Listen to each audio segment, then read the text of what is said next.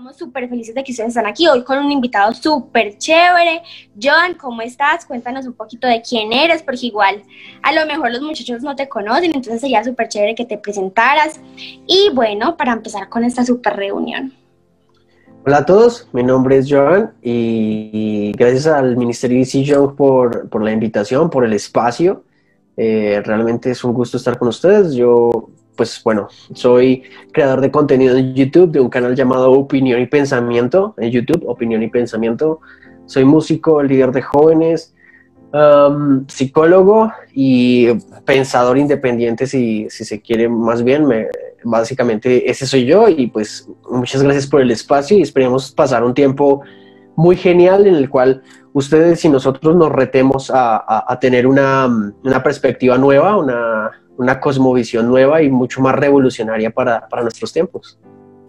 Bueno, vamos entonces a hablar un poquito de la dinámica que vamos a tener esta noche, y es que vamos a tener un tema, pues sabemos, como lo hemos anunciado todos estos días, es un tema controversial, es un tema que hemos escuchado en todas partes, escuchamos muchas voces con respecto al tema, pero queremos escuchar la verdad que tiene Dios para decirnos con respecto a este tema, y el tema es la ideología de género.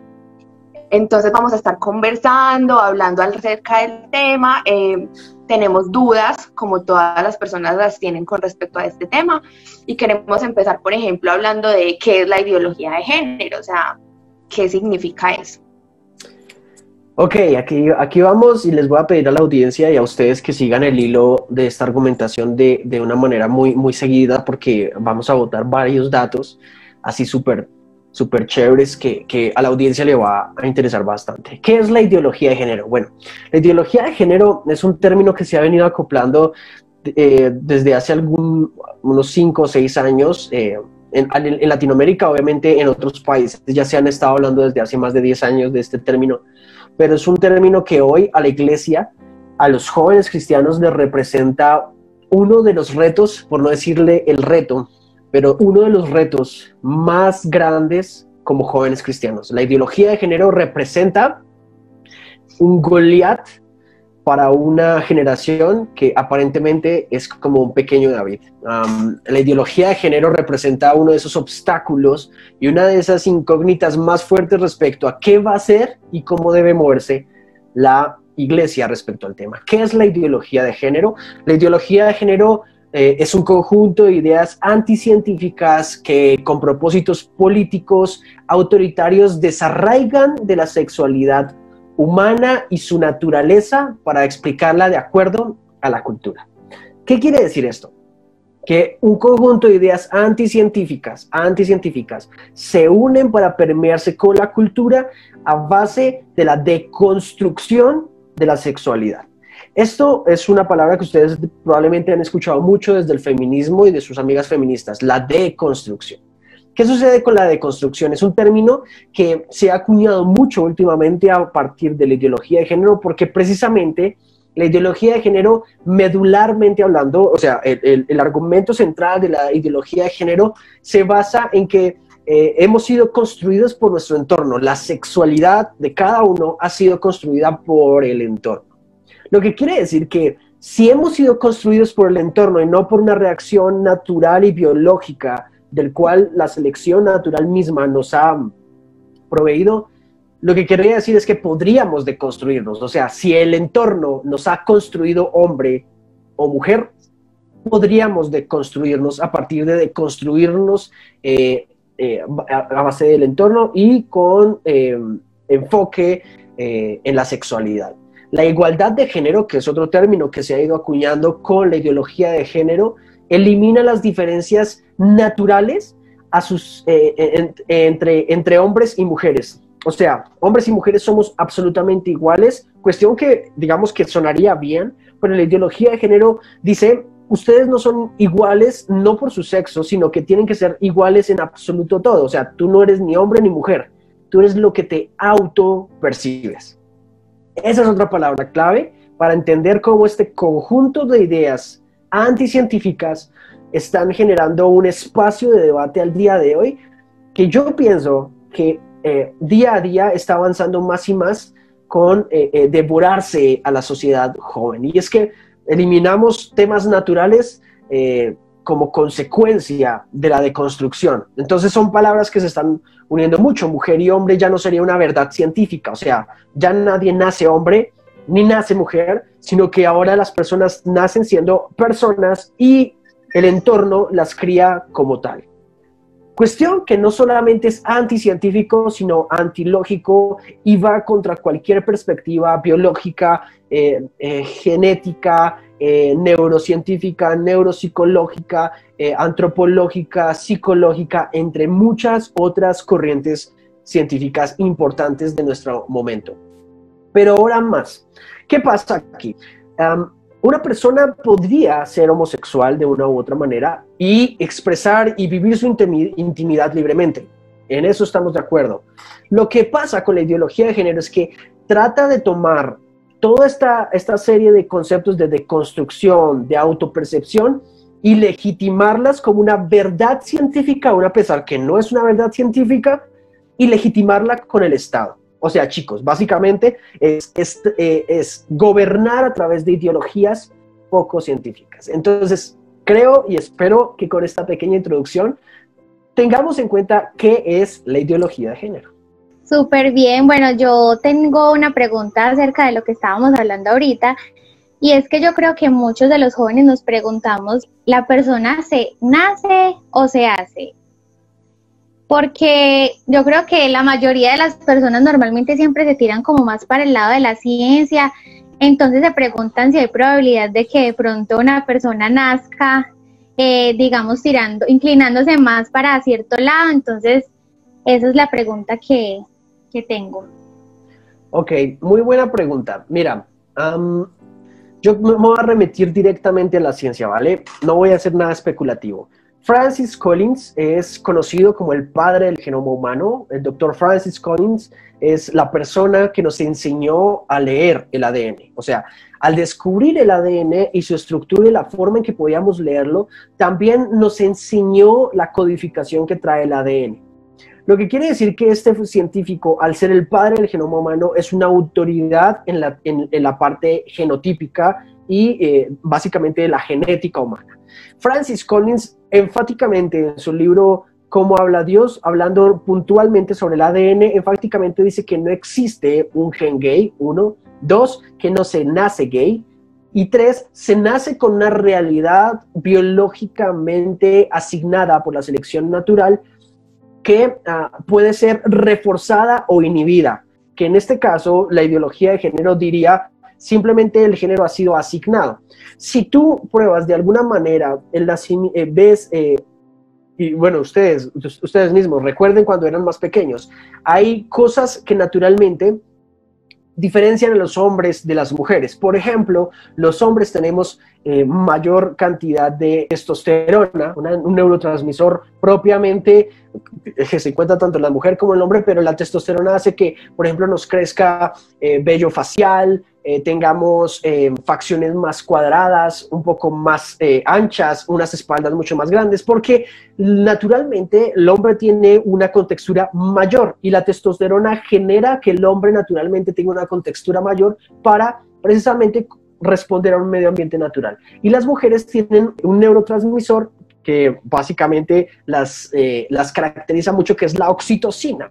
La oxitocina es un neurotransmisor que principalmente hace que las mujeres tengan una carita mucho más moldeadita, más estéticamente más bonita, que su piel sea mucho más lisa, que su cuerpo tenga una contextura mucho más puntual y diferente a la de los hombres. O sea, yo estoy acudiendo a la ciencia básica aquí para hablar de las diferencias genéticas y anatómicas, pero esto no necesitas saberlo para entender que una mujer, biológicamente hablando, nace absolutamente diferente a un hombre. Ahora, que en el proceso de crianza se trate de inhibir a un hombre o se le enseña a un hombre pautas de mujer y feminizar a ese hombre, es una cuestión absolutamente diferente, que eso sería una hipersexualización. O sea, tomar a un hombre o un niño de 3 y 4 años y decirle que finalmente su identidad no es la que se le fue asignada naturalmente, sino que él mismo puede elegir que debe ser. Entonces el niño tiene una gama de géneros muy alta de hacer. Entonces, genéticamente al día de hoy hay un debate muy fuerte, pero tenemos autoridades como Francis Collins que dice enfáticamente no hay gen gay. Bueno, yo quería interrumpir antes de que sigamos con la siguiente pregunta. Me pareció algo como muy genial, como muy importante, y estaba pensando acerca de eso, que tú dijiste que, o sea, se está hallando como a la desconstrucción de la sexualidad, y yo me estaba preguntando por qué se llama ideología de género y no ideología de sexo. Entonces iba yo y pensaba, porque cuando decimos si fuera ideología de sexo, solamente sería como de hombre y mujer, ¿cierto? Entonces, ya que es una ideología de género, entonces tenemos una variedad de formas de usted establecer su sexualidad, ¿cierto? Y muy buen apunte, porque de hecho la palabra género acude yo creo que ustedes me lo van a preguntar más adelante, pero creo que lo voy a responder de una vez. La palabra respecto al género nos habla ya puntualmente de una gama muy alta de posibilidades. Al día de hoy, tenemos más de 112 géneros en donde un ser humano puede identificarse y autopercibirse sexualmente. Entonces, imagínate, o sea, cualquiera podría autopercibirse y pues cabe en esta ideología de género. Y lo que tú dices, no hablemos de sexo porque aquí hay dos sexos, o sea, no vamos a luchar contra la biología, tenemos que luchar contra el pensamiento culturalmente permeado. Muy buen apunte de tu parte. Súper chévere. Y de hecho, a mí me gusta mucho como aprender, porque yo creo que igual los muchachos están aprendiendo, pero nosotros también un montón. Pero quisiera preguntarte, o sea, hemos como aprendido acerca de lo que la biología dice, de lo que la ciencia, que es puntual, dice que hay hombre y mujer, pero bueno, ¿cuál es el punto de Dios? O sea, ¿qué es lo que piensa directamente Dios de los homosexuales? ¿Y qué podemos nosotros hacer como iglesia? Porque listo, es una realidad que ya tenemos, es algo que ya está, es algo que es inevitable, ya hay homosexuales, ya hay personas que se autodenominan de miles de maneras, pero listo, ¿cuál es el punto de Dios? ¿Qué es lo que piensa Dios de eso? Y cómo nosotros como cristianos los podemos acoger. Entonces, esa es mi pregunta. Ok, esa es una muy, muy buena pregunta. Mira, yo pienso radicalmente que debemos ceñirnos a lo que Dios ya dijo. La homosexualidad no es, aunque se habla mucho de eso, del movimiento de lesbianas, el movimiento puntualmente LGTBIQ+, cada uno de este tipo de cosas, curiosamente, se han institucionalizado gracias al Estado. Sin el Estado, la ideología de género no es nada. Y ahorita les voy a dar unos datos. Pero, ¿qué piensa Dios acerca del tema? Mira, en la Biblia tenemos muchos ejemplos de relaciones homosexuales que se presentaban, formas en las que Pablo le decía al pueblo que este tipo de actos no debían, no eran puros y ni aceptables delante de Dios. La iglesia hoy tiene que contestar exactamente lo mismo. Y suena duro, pero nosotros no nos debemos a la comunidad. Nosotros no nos debemos a la comunidad. Nos debemos a Dios. Y al debernos a Dios, tenemos que ser obligatoriamente políticamente incorrectos. O sea, ir contra la corriente política, ir contra la corriente cultural, ir contra la corriente ideológica, porque Dios no va con las corrientes humanas en ningún sentido. Y nosotros, a la cuidad de eso, suena fuerte, pero lo incorrecto siempre será incorrecto, aunque la mayoría lo haga. Lo que quiere decir que nuestra fe y nuestro proceder debe ir con argumentos serios, con convicciones serias, con conocimientos serios, pero con una mezcla de amor. Pedro en una de sus cartas dice: estén siempre preparados para dar razón de su fe. Siempre estén preparados para dar razón de su fe. Esto quiere decir que tenemos que estar preparados para debatir frente a la comunidad LGTBI, debatir sobre a la comunidad de ateos, a la comunidad de escépticos, a muchas personas, pero también Pedro dice, pero háganlo con amor, con sencillez, sin tratar de ofender a nadie. Entonces, nuestra forma de hablar con una persona homosexual o lesbiana tiene que ser exactamente la forma en que Jesús lo haría, sin dejar de decir la verdad, pero dándole a la verdad el énfasis de amor, el énfasis de misericordia y el énfasis que Jesús le daría. Esa es mi respuesta. Bueno, yo quiero hacer otra pregunta, pues me genera una duda. Yo soy docente en formación, ¿cierto? Y dentro de mi trabajo está el conocer el historial que tienen pues los niños. Y la pregunta que decía Tati es, por ejemplo, de que a veces ellos creen que nacen así, que es algo que tienen tan arraigado. Yo me pregunto si eso puede venir quizás de alguna maldición generacional.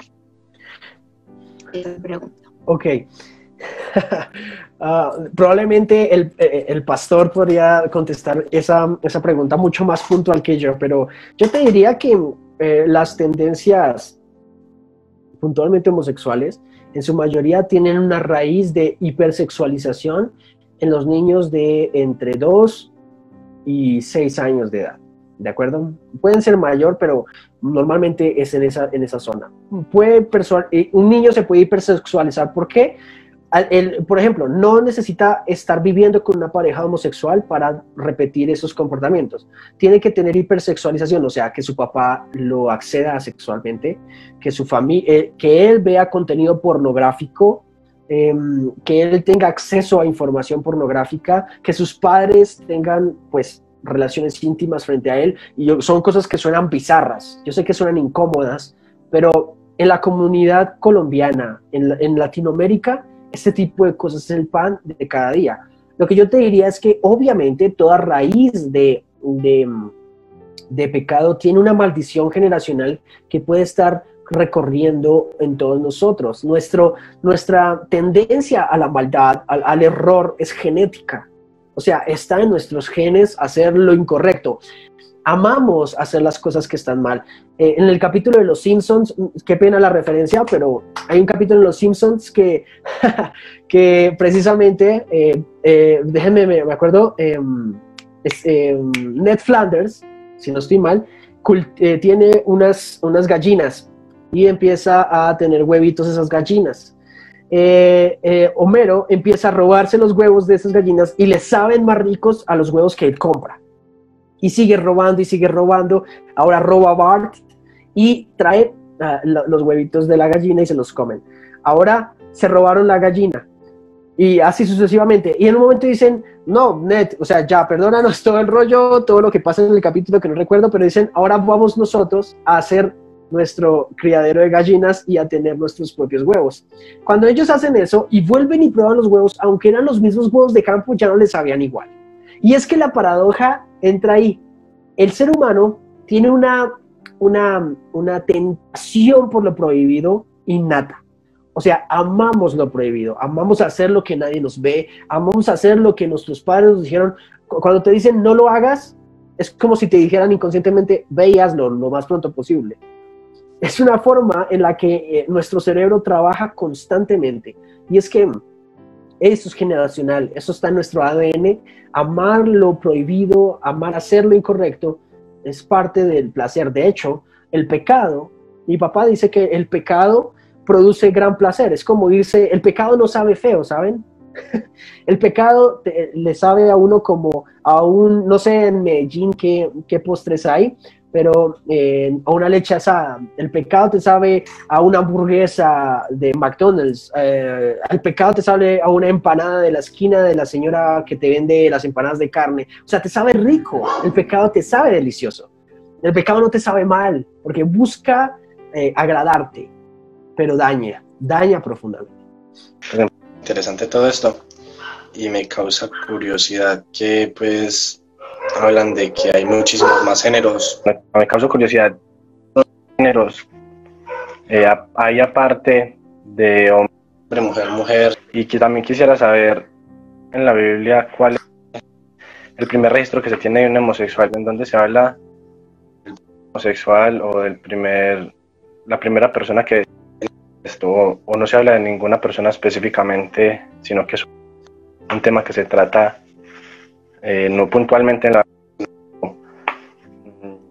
como por los lados. Pues esas son las preguntas.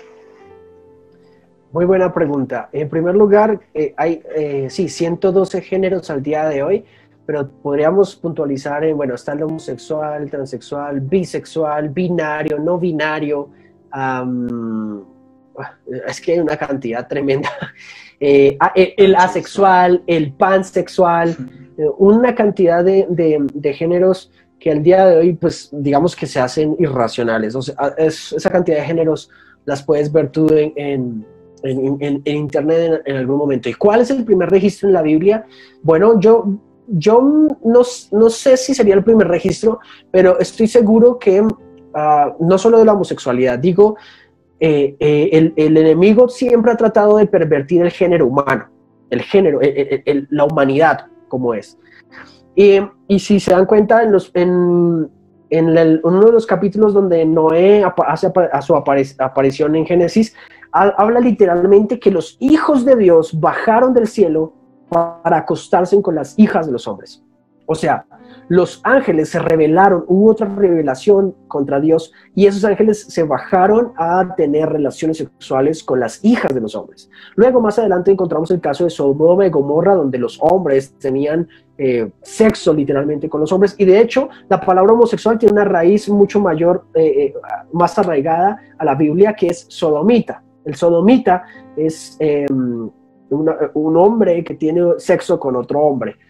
Que yo personalmente no aconsejo usar ese tipo de palabras de pronto para herir a otra persona, no está bien.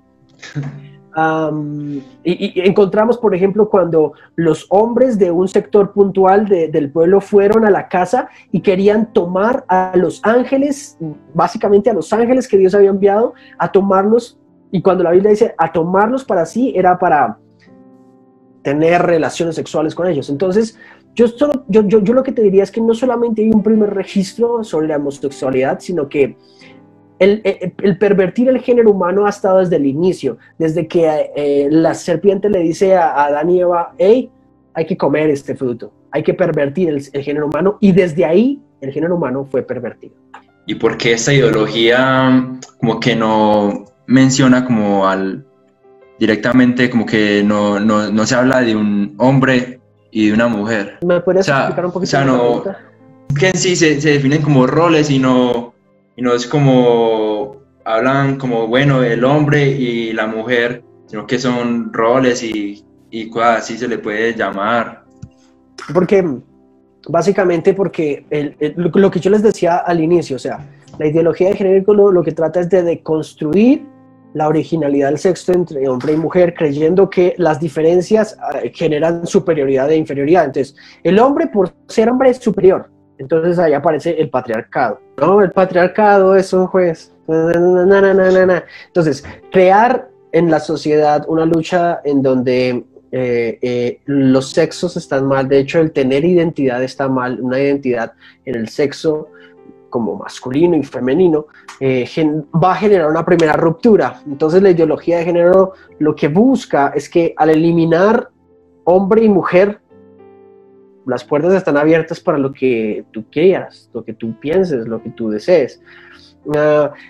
Y eliminando esto caemos en un problema irracional tremendo, por ejemplo, donde la normatividad y las leyes de ideología de género e igualdad de género le permiten a una persona que su identificación personal cambie con respecto a su autopercepción. Entonces, ya sucedió un caso en el que un hombre fue condenado por abusar sexualmente de una mujer, condenado a la cárcel, pero, oh por Dios, acudió a la ley de equidad de género y se autopercibió ante el juez como una mujer. Por lo tanto, él pedía que fuese trasladado a una cárcel de mujeres. El juez, acudiendo ideológicamente a una decisión poco científica, acudió a lo mismo, se le reconoció como una mujer, y este hombre entró a la cárcel de mujeres, y aquí no adivinan qué pasó. Violentó sexualmente a muchas de ellas y las embarazó. Entonces, ¿qué es lo que sucede? La ideología de género nos lleva a una irracionalidad, a una baja objetividad. Y de lo que se habla de ideología de género, de las cosas científicas, la gran parte de ellas no son científicas, carecen de método científico. Sabemos que un grupo de personas que defienden pues su manera de pensar, su manera de percibir su sexualidad, está cada vez volviendo más grande este grupo, ¿cierto? Y yo quería saber cómo están haciendo, cómo se está difundiendo esta ideología. Esta ideología se está difundiendo, mira, en algún momento la estrategia era directamente los adultos, ¿no? Se dieron cuenta que la población adulta ya como que tiene muchos obstáculos para aprender y reaprender esos conocimientos, esos nuevos conocimientos según ellos, y ahora van por la infancia en las películas, en las series, donde se están normalizando, en los juguetes para niños. Porque los niños cuando están empezando pues a crecer es como más fácil de que adquieran esa información, son como unas esponjas, ¿cierto? Entonces total, es como más fácil que difieran esa información y pues si se está como usted decía pues haciendo como una hipersexualización. Uh-huh. Una sobreestimulación, una hipersexualización del niño. Entonces el niño se identifica con ciertos modelos que tiene a su alrededor y identifica el hecho de que quiere ser como un modelo puntual y empieza a tener autonomía. Entonces el niño que psicológicamente no tiene capacidad de decidir, y por eso la ley ampara que ustedes, ¿qué edad tienen ustedes? ¿18, 16 años, 15, 17. 14? Ustedes son niños hasta los 18 años, porque actualmente su estado de conciencia tiene una serie de... ¿Por qué se ríen? Niños, todos tiernos. Ustedes en su conciencia no ha desarrollado una serie de aprendizajes que los va a llevar a la adultez. Por lo tanto, ustedes legalmente y sus decisiones dependen de sus padres, ¿vale? Porque se objeta el hecho de que ustedes, aunque digan yo puedo solo, yo me cuido solo, yo me mando solo, conscientemente ustedes aún no pueden hacerlo, porque no tienen, por ejemplo, un trabajo puntual en el cual se autosustenten, o qué sé yo, un montón de cosas. Entonces, atacar a la niñez, porque es un ataque a ellos, es tratar de hipersexualizar a los niños, con cartillas en los colegios, con películas X, con dibujos animados, que yo le pediría a la gente que tuviese mucho cuidado con ese tipo de información, porque lo que le estaríamos diciendo a los niños y impulsando a los niños es a una conducta inadecuada. Súper bien. Bueno, yo creo que nosotros todos tenemos muchísimas dudas, pero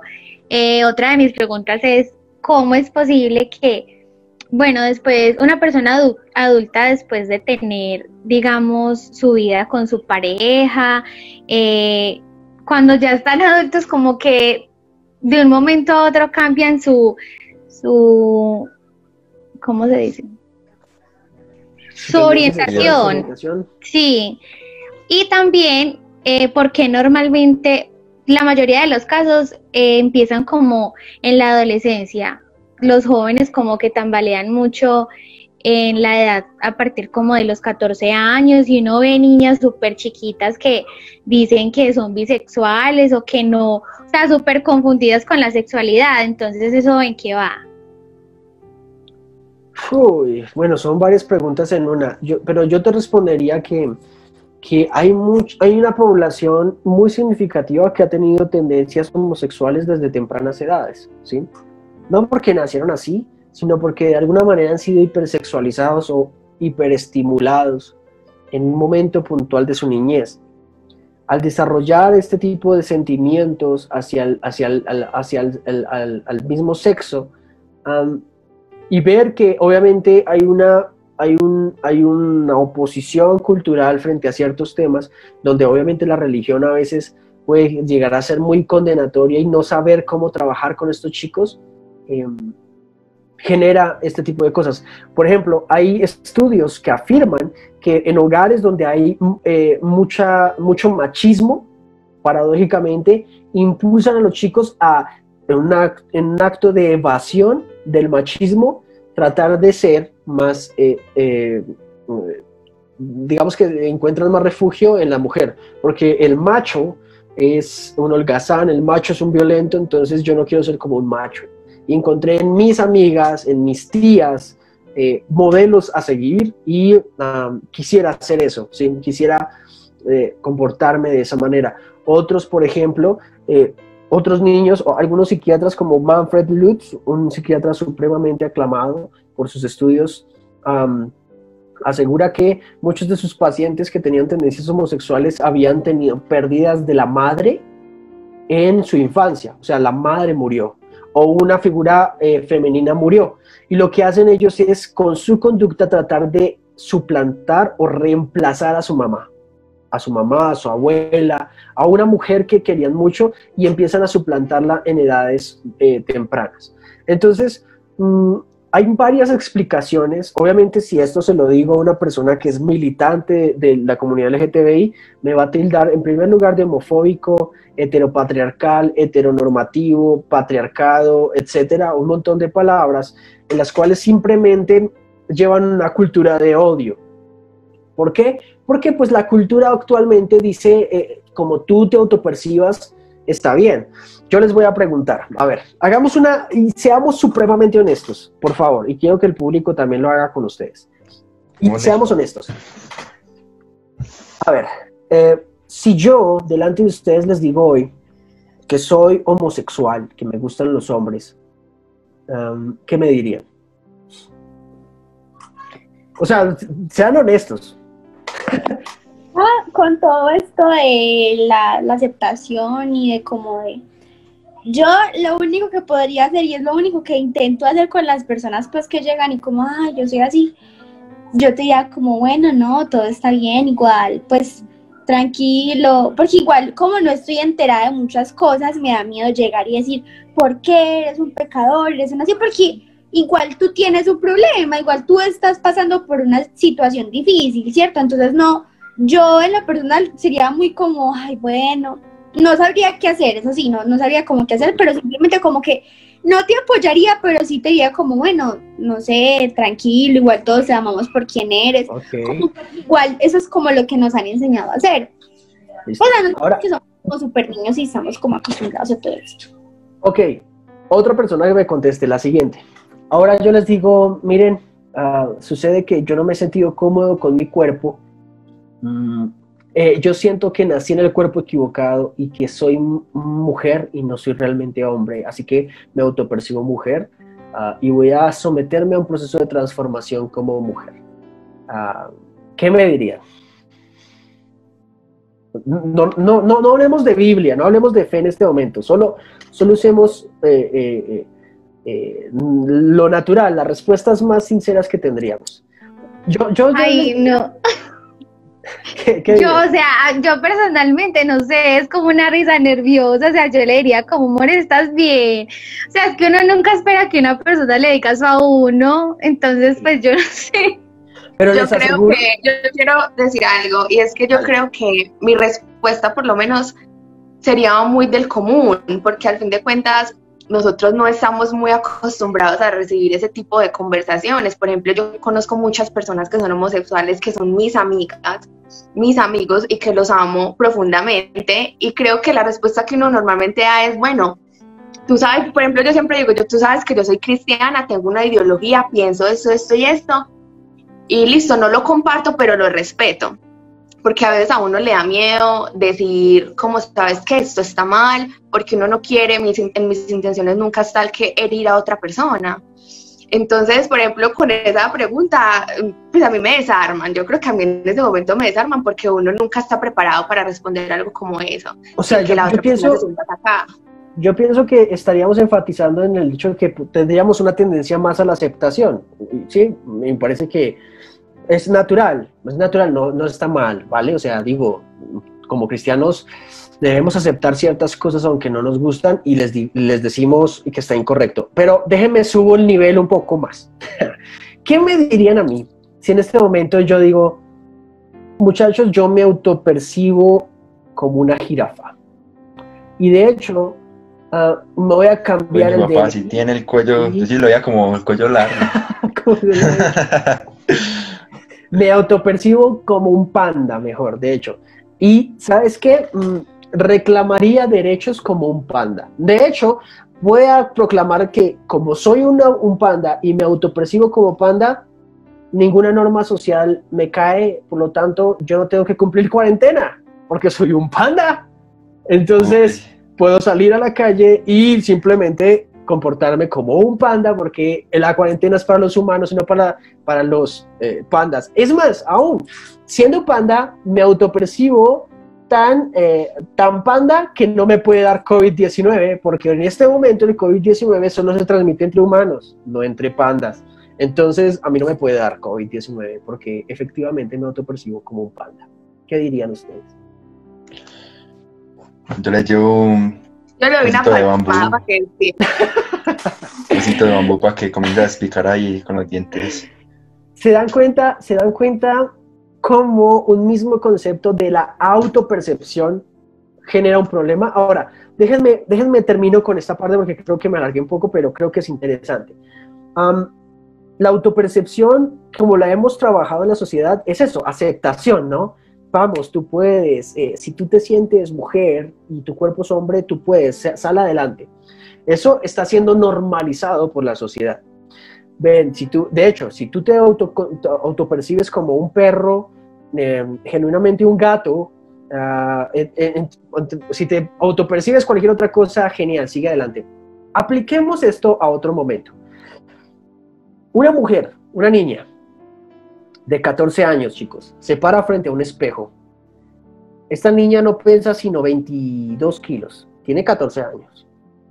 Y se autopercibe como una mujer obesa, de más de 200 kilos. Se ve al espejo. Según la ideología de género, tú deberías decirle, vamos, tú puedes. Esa es tu autopercepción, eso es lo que tú te sientes que eres, sigue adelante. Estaríamos normalizando un criterio sobre la anorexia, lo cual es exactamente lo mismo que estamos haciendo con la normalización de la ideología de género. Yo creo que es muy fuerte y es muy complicado, pues, porque igual, yo creo que, como ahorita decía Mari, no estamos preparados, estamos desarmados, y creo que ahí entra el papel de la iglesia y de nosotros como cristianos jóvenes que aún podemos como hacer algo, ¿cierto? Como estamos viviendo todo esto, tenemos todo esto ante nuestros ojos, tenemos las redes sociales, tenemos muchísimos medios donde dicen, no, es normal, pues si yo quiero ser un panda lo soy, y todas esas cosas que definitivamente uno como que le explotan la cabeza, pero yo creo que podemos hacer algo igual. De verdad que la cultura ya es así, o sea, es algo que ya tenemos. Yo creo que tenemos que ir con toda y tenemos que dejar de ser pasivos y dejar de tener como ese temor y ese miedo de me van a rechazar, no, pues no voy a caerle bien a tal persona o eso, porque yo creo que hay una diferencia muy grande entre amor y yo creo que todos tenemos como un concepto muy errado del amor, porque pensamos que el amor simplemente son palmaditas, amorcitos, sí, si tú eres así súper bien, me encanta mucho, pero realmente Jesús no era así. Jesús era una persona que listo, Dios es amor por excelencia, ¿cierto? Pero él, cuando tú lees los 4 evangelios, él es súper claro, súper conciso, esto es malo, esto es bueno, y es muy atrevido, por así decirlo, ¿cierto? Porque igual él estaba tirando a las personas y estaba tirando como a cosas y a problemas que tenían en ese tiempo, pero nosotros en ese tiempo tenemos otros problemas y también debemos de atacarlo con la misma severidad, por así decirlo. Entonces creo que es bien importante armarnos y creo que, o sea, ante todo lo que se está levantando, nosotros tenemos como la cura y nosotros lo podemos también estar proclamando, por así decirlo. Entonces me encanta, ¿verdad? Era simplemente como un comentario y una retroalimentación. No sé si alguno quiere continuar con las preguntas. Yo quisiera agregarle algo que tú dices y creo que supongo que a modo casi que de conclusión de algunas cosas es que, y me gustaría ya, de pronto hay personas que nos están viendo y dicen, no, esa persona es mala por decir eso. En este momento la iglesia, hay una canción de una banda que se llama Sullivan de Argentina que dice, ¿cómo nos vamos a callar si somos nosotros los que sabemos cuál es la cura para salvar a la humanidad? Y la cura para salvar a la humanidad se llama Jesús. Esa cura bajó del cielo y se puso sandalias y caminó entre nosotros y fue como nosotros, tuvo las mismas tentaciones que nosotros, las mismas necesidades de nosotros. Lo que quiere decir que indiferentemente de tu tendencia sexual, tú tienes que acercarte a Jesús para proceder a arrepentimiento y a salvación. Ese Jesús te dirá cómo hacer los cambios que tengas que hacer y te enseñará a hacer los cambios que debes hacer en el momento que debas hacerlo. Pero hay forma de recobrar. La identidad de género, la equidad de género, la ideología de género, le quitan al ser humano la identidad, se la quitan, se la rompen, se la arranca. Y perder esa identidad durante mucho tiempo va a generar secuelas psicológicas muy profundas. Así que mi llamado es a la gente a proceder a un verdadero conocimiento, y segundo, a los jóvenes cristianos a proceder con una fuerza, a hacer la última guardia antes de que venga Cristo por nosotros, hacer esa última guardia, hacer ese Capitán América ante el Thanos y su horda en Infinity War, hacer ese, ¿cómo decirlo? Ese Señor de los Anillos, esos Rohirri contra los orcos, hacer esos 300 espartanos contra los 3000 persas, así, hacer esa última guardia que va a rescatar gente de muchos lugares. Aunque seamos pocos, la cantidad no hace la diferencia. Lo importante es la calidad de nuestra argumentación y sí, el amor con el cual hacemos. Amamos a la persona homosexual, amamos a la lesbiana, amamos al transexual, tanto como Dios nos ha amado a nosotros en medio de nuestro pecado. Los abrazamos como hermanos, como creación de Dios, pero les decimos, este no es tu diseño. Dios te hizo de una forma puntual y este no es tu diseño. Así que es un llamado al origen, a la esencia. Bueno, yo creo que terminar con esta pregunta. Y bueno, yo creo que todo esto es como muy a base de vacíos. Yo creo que cuando uno quiere llenar ese vacío, a uno no le importa, digamos, sobrepasar algunas normas, tiende mucho a la aceptación sin importar, con tal de esa satisfacción, como ese alivio. Muchas de estas cosas pasan debido a este tipo de cosas, ¿cierto? Y bueno, quisiera que tú nos respondieras entonces, ¿qué podemos decir? ¿Cómo proceder para ayudar? Una persona se nos acerca, digamos, a decirnos las preguntas que tú nos hacías antes. ¿Cómo podemos nosotros proceder si somos como groseros o tener como suficientes argumentos como para poder decir, intenta hacer esto, vamos a hacer esto, o allí, te puedo ayudar con esto? ¿Qué podemos hacer en ese tipo de casos? Bueno, yo pensaría que la acción de informarse bien es la primera.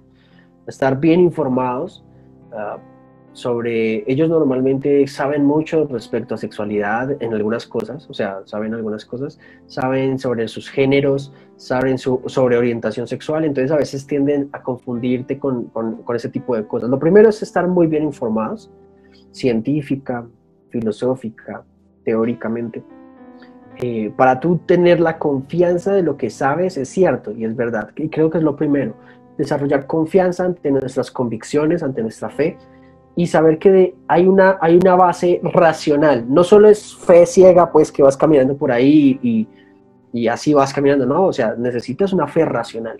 Primero es informarte, muy bien informado, y lo segundo que yo diría que puedes hacer es, como amigo, como hermano, es como identificar qué es lo que quiere esa persona. Una persona que quiere sobrepasar un proceso de esos, primero tiene que manifestar su querer pasar eso. Una persona que no quiere pasar un proceso así, no va a ir nunca a un psicólogo, nunca va a contarte realmente qué pasó en su niñez, y si te lo cuenta, probablemente te diga que era normal y que le gustó, pero realmente en el fondo hay un nudo, un problema muy serio, un problema sexual muy, muy serio de identidad. Entonces, si esa persona accede y da el paso, hay que brindarle una gama de profesionales que pudiesen ayudarlo, que pudiesen tomar la guía. Y desgraciadamente tengo que decir que los psicólogos y los psiquiatras actualmente no ven esto como un problema, lo ven como algo normal. Aunque en nuestro manual diagnóstico todavía sigue existiendo como un trastorno de la identidad sexual.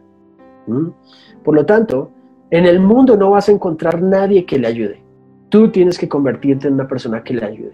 Tienes que ganar su confianza, amarlo como es en este momento, pero recordarle todos los días de la forma que puedas, o sea, no siempre no ser intenso, sino recordarle que Dios lo hizo con una esencia puntual, con un origen puntual. Y orar por él, apoyarlo por esa persona, va a decir, va a ganar confianza, y por fin cuando abra su corazón te darás cuenta que ese corazón que se pintaba alegre, no pasa nada, en redes sociales soy lo mejor, esta es mi vida, vas a ver que aquí adentro en ese corazón hay no solo una cicatriz, sino hay un poconón de cosas que hace rato querían salir, y le vas a hacer un favor.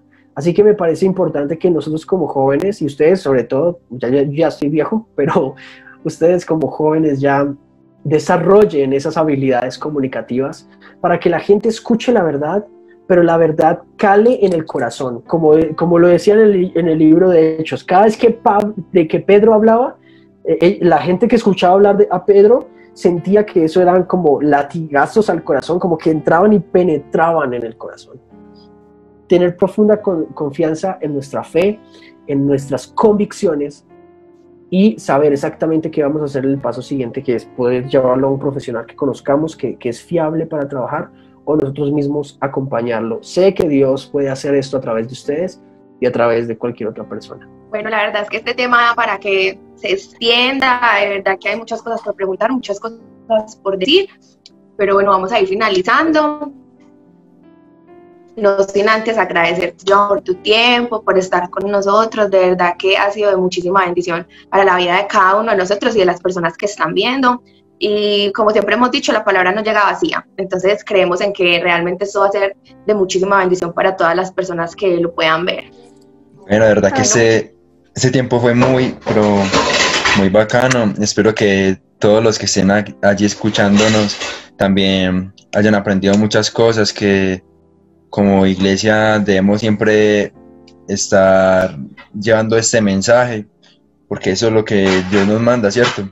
Entonces, muchas gracias, Joan. De verdad que aprendí mucho. Acá tengo los propios apuntes ahí.